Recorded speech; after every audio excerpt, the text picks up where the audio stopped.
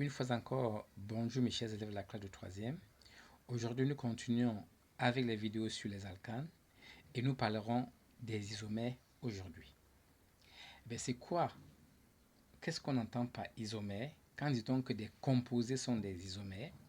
On va dire que des composés sont des isomères lorsque ces composés ont exactement la même formule brute, mais des formules développées différentes. C'est-à-dire que pour reconnaître les isomères, je dois avoir leur écriture sous la forme développée. Parce que si je regarde leur écriture sous la forme brute, je ne peux pas répondre à la question, puisque les isomères, si une molécule a 10 isomères, les 10 isomères ont exactement la même formule brute. Donc c'est la formule développée qui va permettre de reconnaître les isomères et de les nommer. Voyons ce qui se passe avec le butane. Je rappelle en passant qu'au niveau des alcanes, les trois premiers n'ont pas d'isomère. C'est-à-dire que le méthane, l'éthane et les propanes n'ont pas d'isomère. Donc les isomères commencent avec 4 carbones, 5 carbones, ainsi de suite. Mais en troisième, on veut que l'élève arrive à maîtriser les 4 premiers. C'est pour ça que nous allons voir exactement quels sont les isomères d'un alcane qui a pour formule C4H10. Eh bien, commençons par la formule développée en ligne, on dit encore formule développée plane.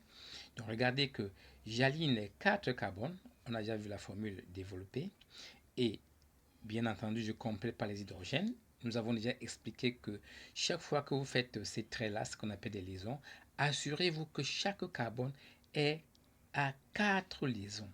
Regardez, ce carbone, ça fait 1, 2, 3, 4. Pour chaque carbone, assurez-vous que 4 liaisons. Donc, cette formule développée ainsi donnée nous donne le butane. Maintenant, nous allons revenir sur cette formule-là et déplacer un carbone. On va prendre, par exemple, ce carbone et le placer ici. Alors, quand vous regardez cette nouvelle structure, il y a 3 carbones sur une ligne horizontale, ce premier, ce deuxième et ce troisième. Et au niveau du deuxième carbone, on a mis un autre carbone, on a lié un autre carbone à un autre carbone dans le sens vertical. De sorte que on a des carbones liés horizontalement et encore des carbones liés verticalement. À ce moment, on voit que cette structure n'est pas la même structure que la première. Donc, ce composé et ce composé sont des isomères. Et on l'a déjà dit, peu importe où se trouve le carbone, on doit s'assurer que ce carbone a 4 liaisons. Regardez, 1, 2, 3 et 4. Pour ce carbone qu'on a lié à cet autre carbone.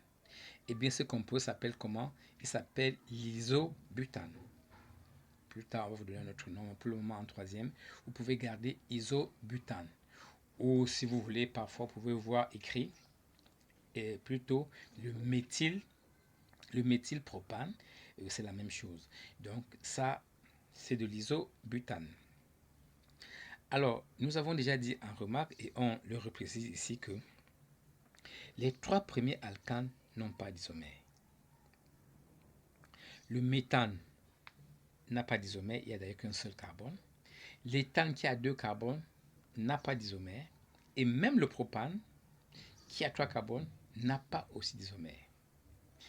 Il est important, chers élèves, de bien comprendre cette notion d'isomère au niveau des alcanes pour être capable de faire la différence entre deux molécules lorsque celles-ci sont données, lorsqu'elles sont présentées sous la forme de formules développées. Voilà ce qu'il faut connaître sur les isomères. Merci pour votre attention et à la prochaine.